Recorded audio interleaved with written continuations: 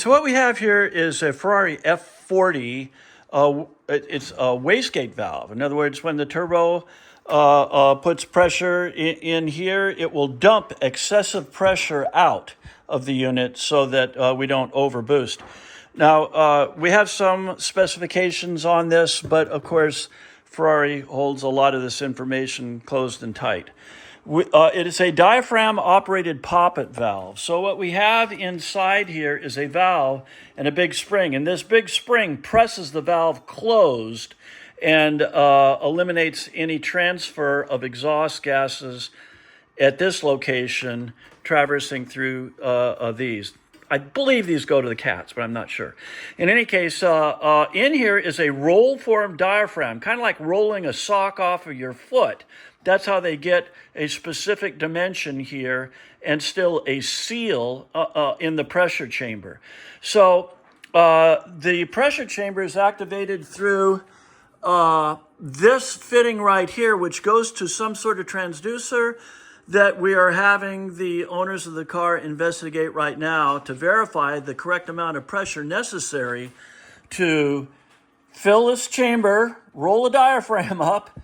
By the way, this is vented to atmosphere out here, and we did see a little bit of water in the upper spring cup that likely came in through one of these two atmospheric bleed holes and caused a little bit of rust and corrosion. Remove that; it's no big deal. All right. So on the pressure side of the diaphragm, we're about to inject air. Now, on our unit here, we have 5 pounds of pressure, and go ahead and do that, Matt. It's hard to see down in that dark hole.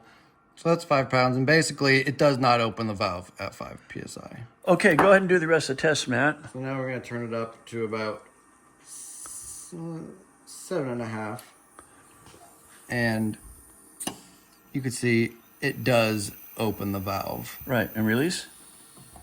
And there she comes down again.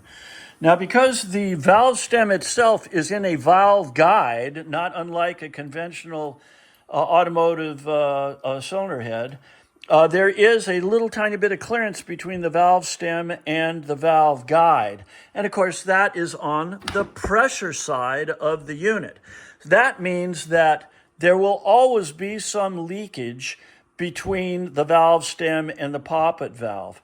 Now, the adjustment for this is right here, and we have not broken this lock nut or put an Allen wrench down this that allows us to change the compression on the spring in here. Obviously, if it were tighter, it would open up later. If it was looser, it would open up sooner.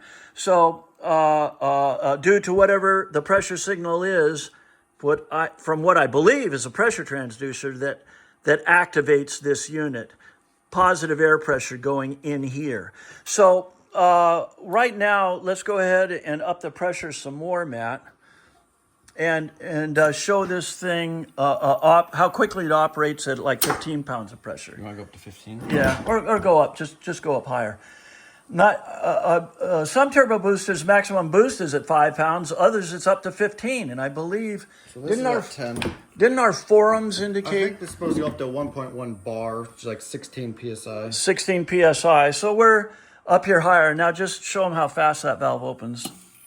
There it's opening fairly quickly. I hope you can see that. And then go ahead all the way up to 15.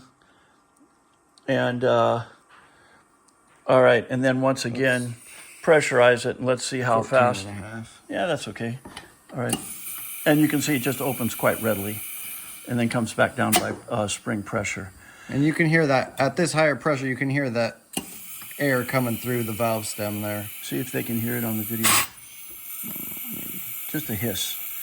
So, and you can put your finger down there and actually feel the air coming through the valve stem there. So I suppose if this valve stem and valve guide were really worn, we'd have to go back and make adjustments to this. So, but we're not going to do that. We don't have the factory equipment to adjust that pressure rating, but I'm sure Ferrari does. So does that cover everything? Pretty much so. So we're packaging this thing and getting ready to ship. Thank you so much.